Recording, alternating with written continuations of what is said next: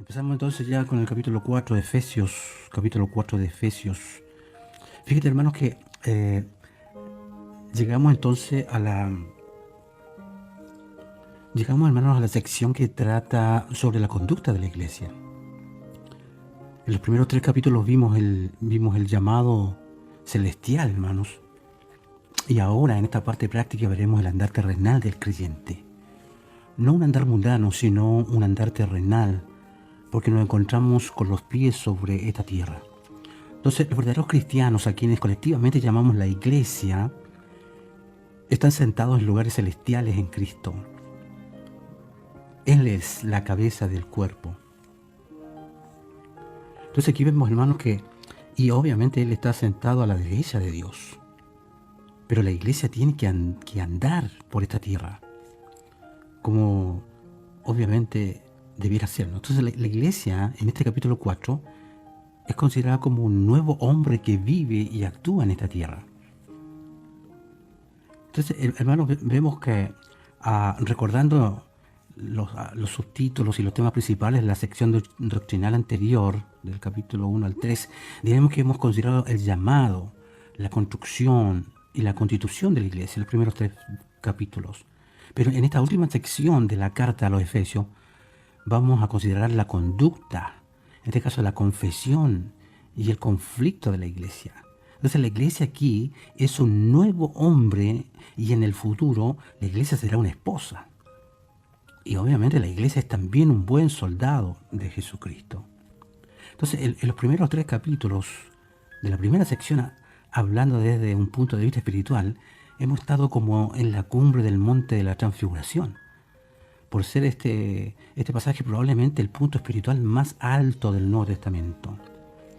Y fue por este motivo, hermanos, que dedicamos tanto tiempo, ¿no es cierto?, a dichos capítulos del 1 al 3. Entonces, en esta última sección, que es la sección práctica, descendemos ya al nivel del diario vivir, como le sucedió al Señor y a los discípulos al descender del monte de la transfiguración. Entonces, hermanos, como dije, esta es la sección práctica. Y fíjate que cuando ellos se supone que bajan cuando bajan del monte de la transfiguración, se encontraron inmediatamente con un joven poseído por el demonio. Y con una multitud escéptica, hermano. Nosotros podemos encontrarnos tanto con la rutina como con las situaciones más inesperadas y conflictivas, ¿cierto? En un mundo que está controlado por las fuerzas del mal. Entonces ahora la pregunta es, ¿seremos capaces de traducir estas verdades de la cumbre del monte a las necesidades de la vida cotidiana? O sea, ¿vamos a ser capaces de permanecer firmes y andar por los caminos de esta tierra de una manera que agrade a Dios? Nuestro Señor dijo que estábamos en el mundo, pero que no pertenecíamos al mundo. Entonces se ha afirmado que esta epístola a los Efesios ocupa la misma posición teológicamente hablando que ocupa Josué en el Antiguo Testamento. Entonces llegamos ahora a la posición donde esta verdad es evidente. Así que recordemos entonces que Josué entró en la tierra prometida en base a la promesa hecha a Abraham, a Isaac, a Jacob y a Moisés. Entonces esa tierra le pertenecía por el derecho concedido por esa promesa, ¿cierto? Y así fue que guió a los israelitas a cruzar el río Jordán para entrar en esa tierra. Entonces el cruce del río Jordán es un símbolo de la muerte, de la sepultura y de la resurrección de Cristo. Entonces nosotros como creyentes espiritualmente hablando hemos sido introducidos en la tierra prometida. Entonces allí es donde usted y yo vivimos en el día de hoy. O por lo menos es donde deberíamos estar viviendo hoy, en el territorio que representa la resurrección.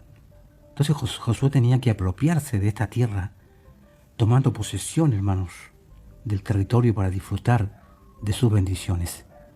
Así que el término posesión es la principal palabra del libro de Josué. Aunque había enemigos y otros obstáculos interpuestos en el camino, Josué tenía que vencerlos y ocupar el terreno. Y ya que la palabra posesión fue una palabra clave en Efesios, porque Dios nos ha bendecido con toda bendición espiritual, Efesios 1:3, Dios nos las entregó a nosotros, ¿ya? Pero en nuestra vida aquí, en la tierra. Entonces la pregunta, ¿hemos tomado posesión de ella?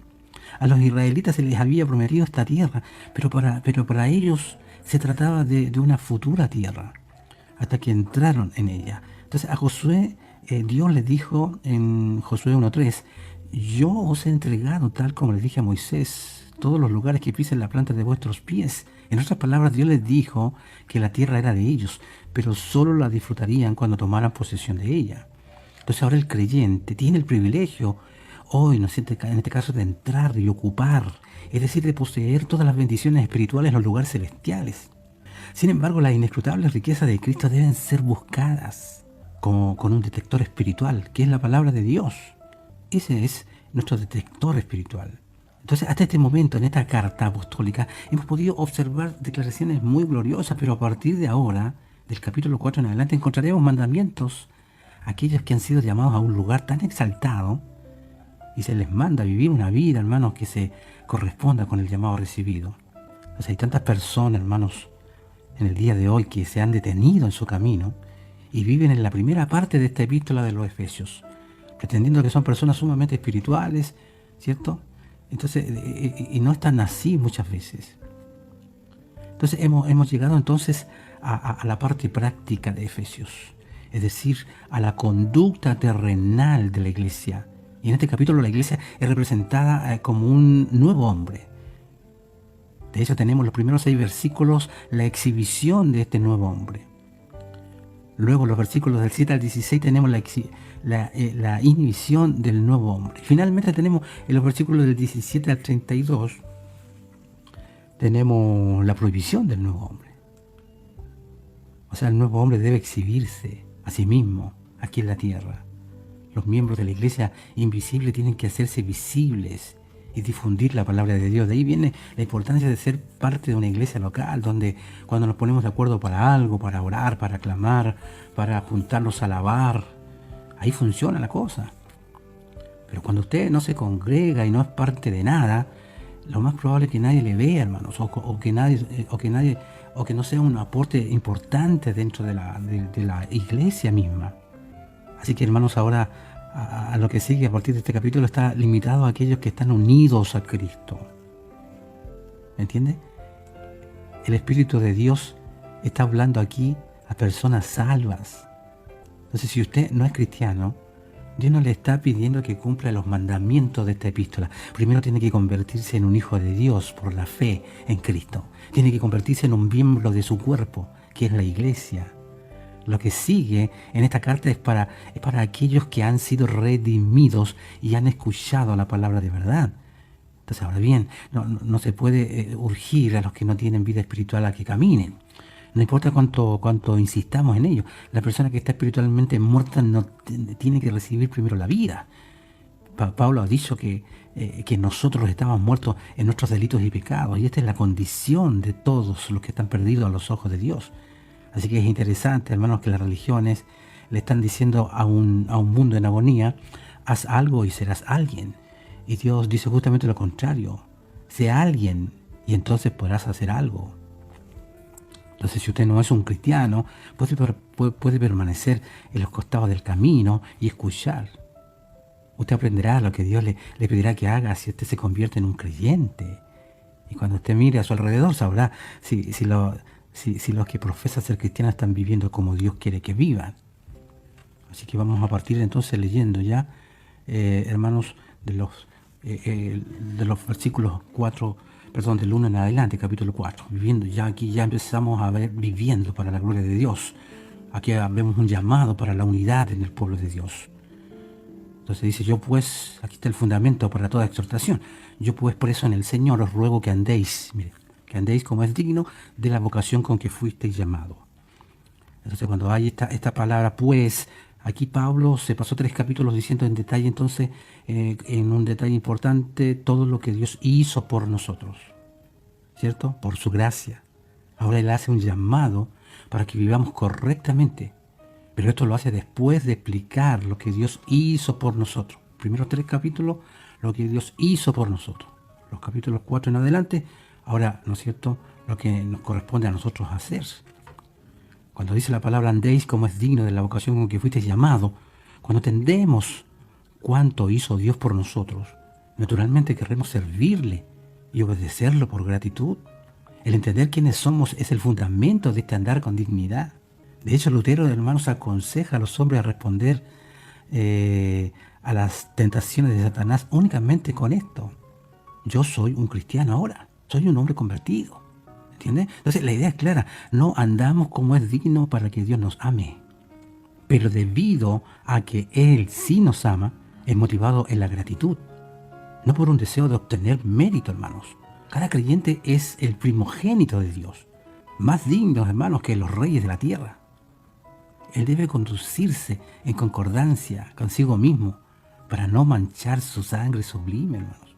Entonces ya pasamos a los versículos 2 al 3. Aquí ya vamos a ver un poco el carácter de un andar con dignidad.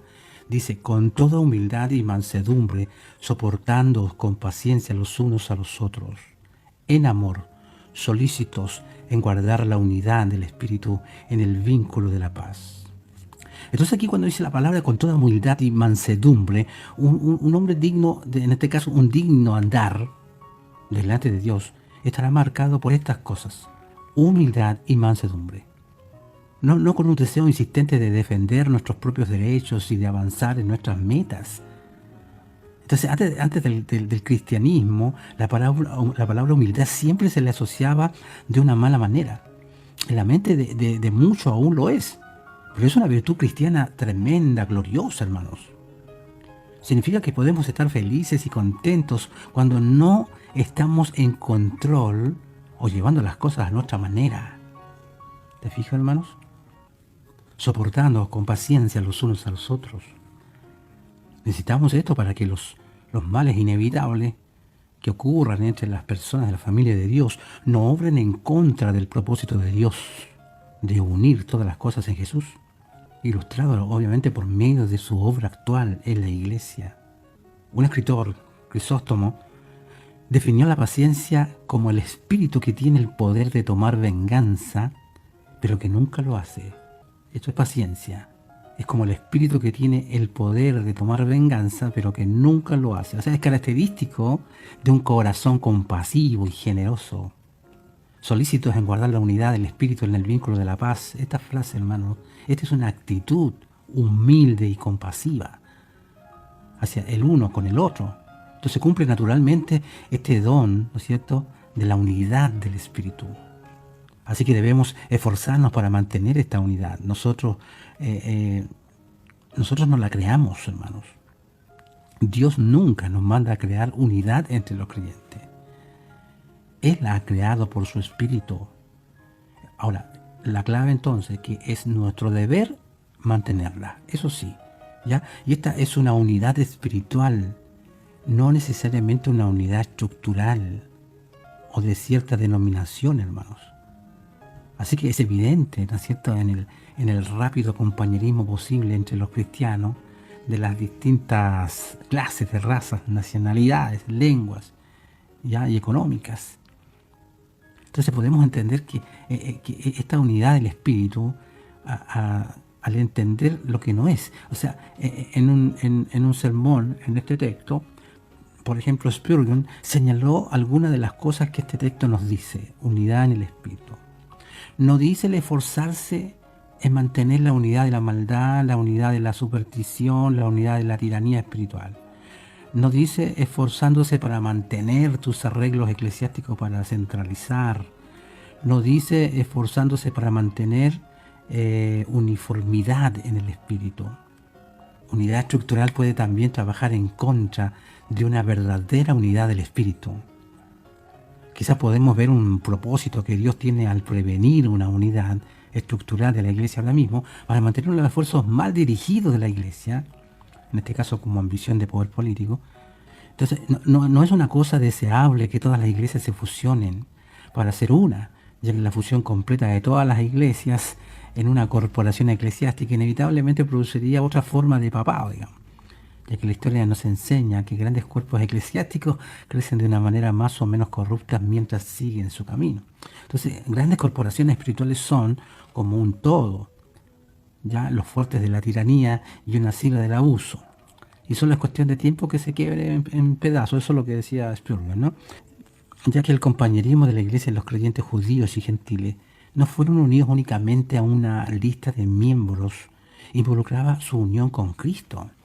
Claro, creían en Él, confiaban en Él, tenían su corazón en Él, y eso los unía, obviamente por medio de la fe, y su unión el uno con el otro como compañeros miembros, ¿no es cierto?, de su cuerpo. Entonces estamos confiados de que esta unidad se encuentra en Cristo Jesús por el Espíritu de Dios. O sea, queremos unidad en la verdad de Dios por medio del Espíritu de Dios. Y esto es lo que debemos de buscar. Debemos vivir cerca de Cristo, ya que esta es la mejor forma de promover la unidad. Entonces las divisiones en las iglesias nunca empiezan con aquellos que están llenos de amor hacia el Salvador.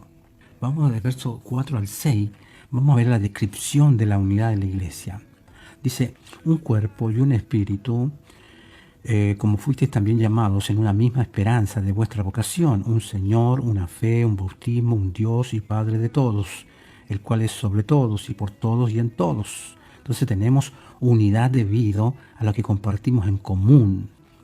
En Jesús compartimos un cuerpo, un espíritu, una esperanza de nuestra vocación, un Señor, una fe, un bautismo, un Padre. Cada una de estas áreas en común son más grandes que cualquier potencial diferencia.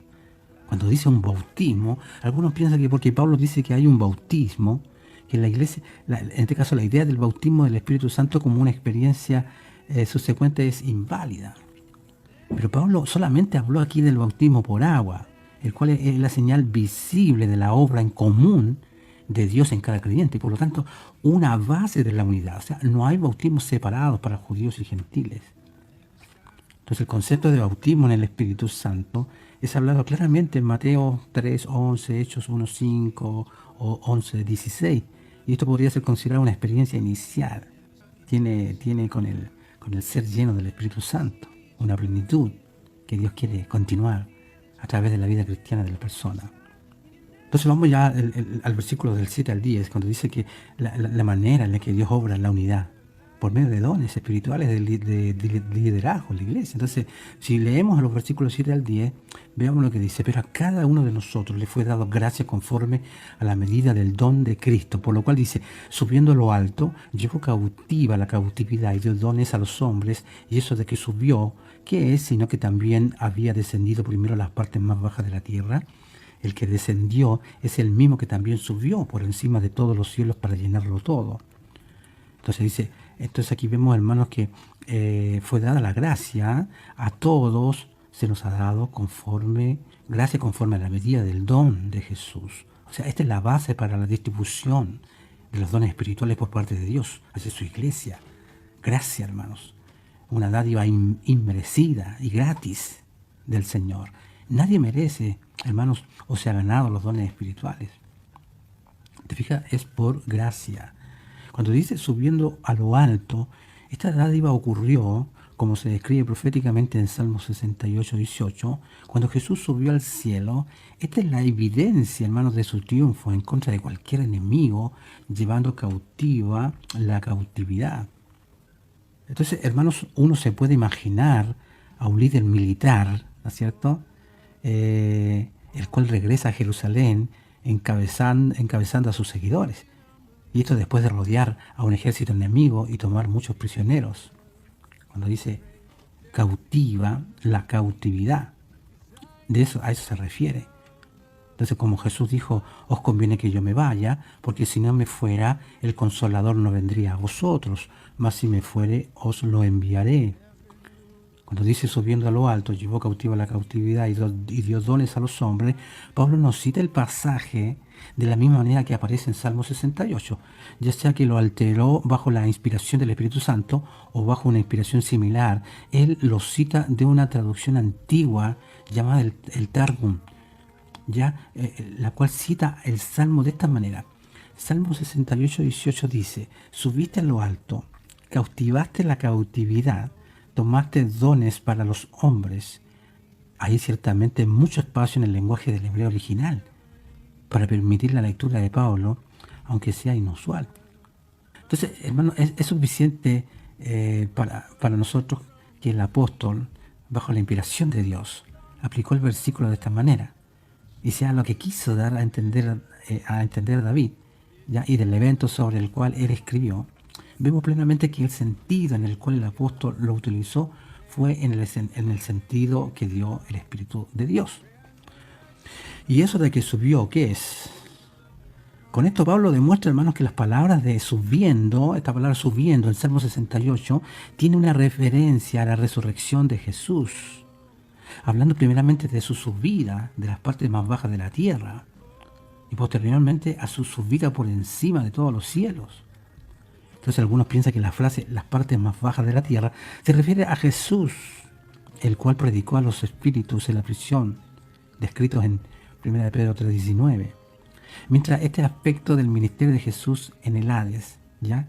El cual le sigue a su obra en la cruz. Es cierto, obviamente, ¿ya? Y profetizado en Isaías 6, capítulo 1, 61, perdón, Lucas capítulo 4. Pablo no hace mención de ello aquí necesariamente, ¿eh? Entonces vemos ya los versículos 11 al 12, los cargos del liderazgo espiritual en la iglesia y sus propósitos.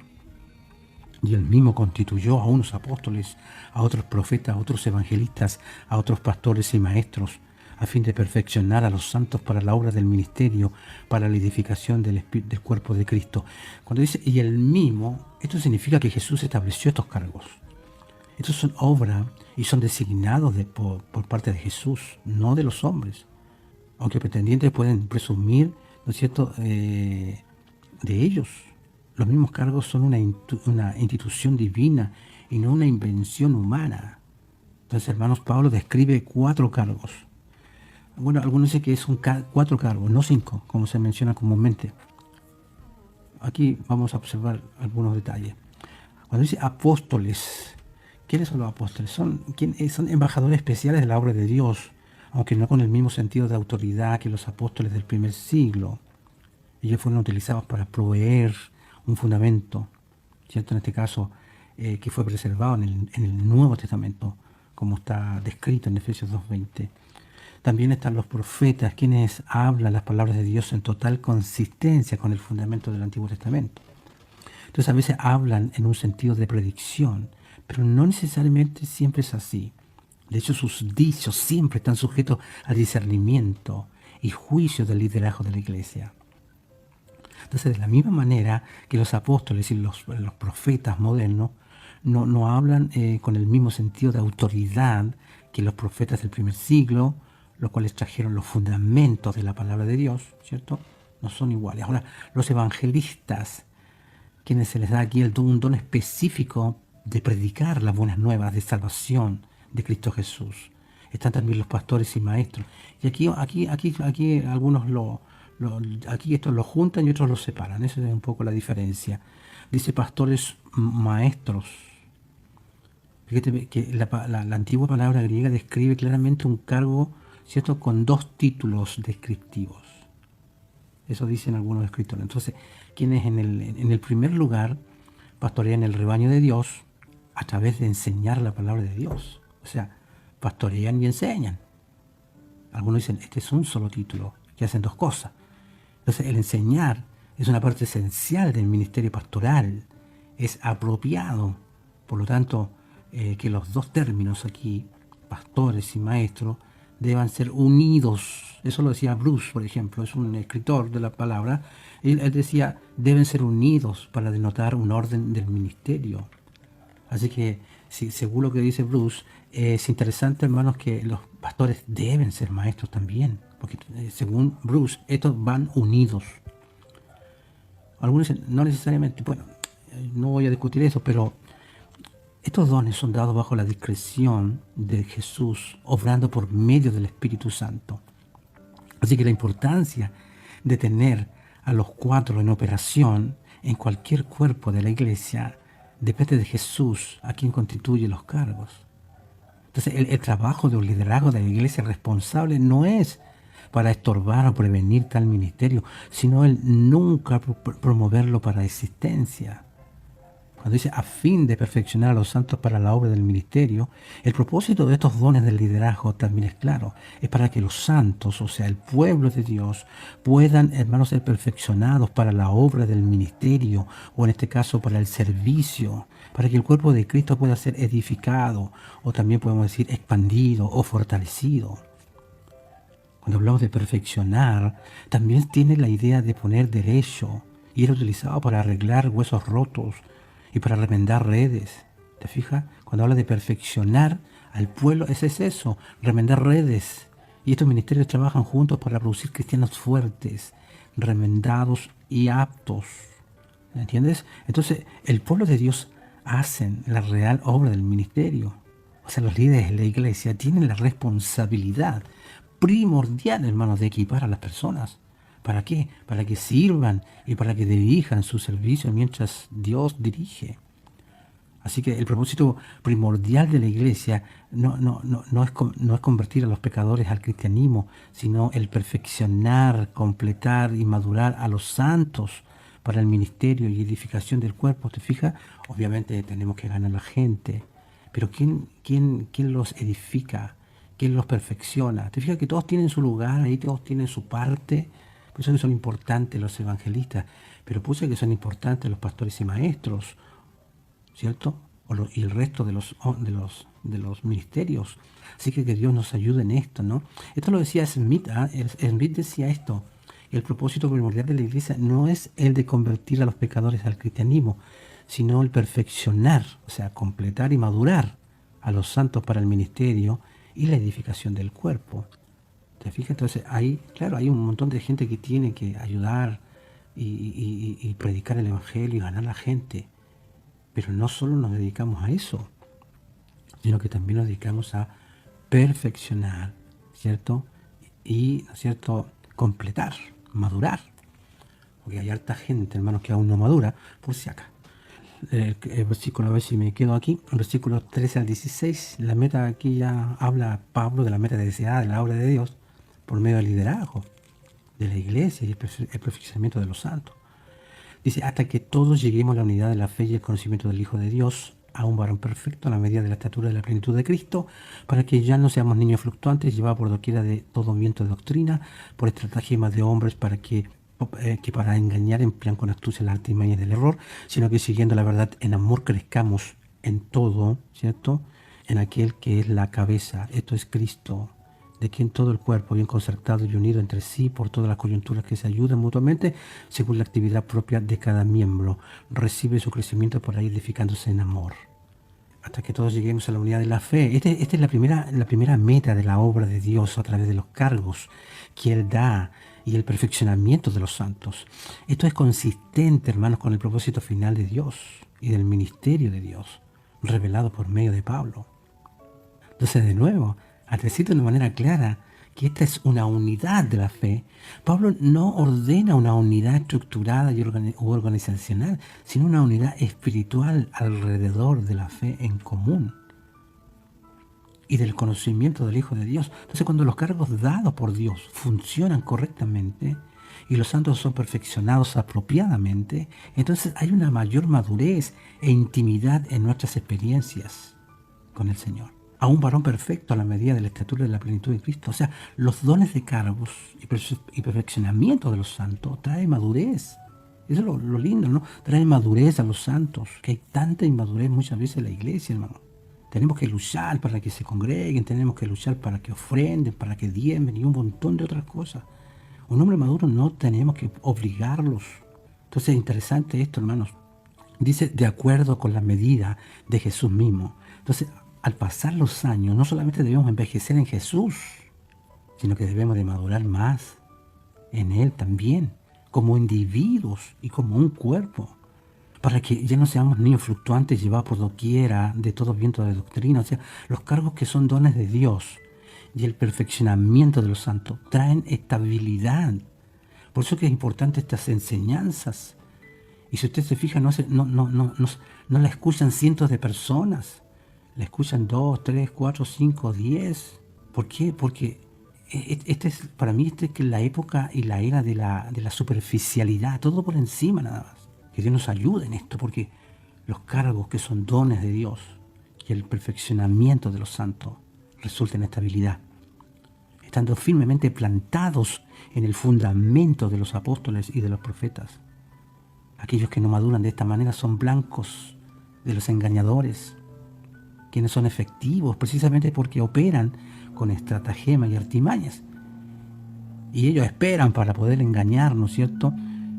Ya entonces ellos están allá afuera como una verdadera mina que podría explotar en cualquier minuto, los cuales lo único que lo puede esquivar es la madurez. Los maduros no se meten a una mina donde podríamos quedar despedazados. De hecho, la antigua palabra griega para llevados por doquiera es de las mismas palabras utilizadas para describir el tempestuoso mar de Galilea. ¿Te fijas? Que habla de los vientos y de las olas.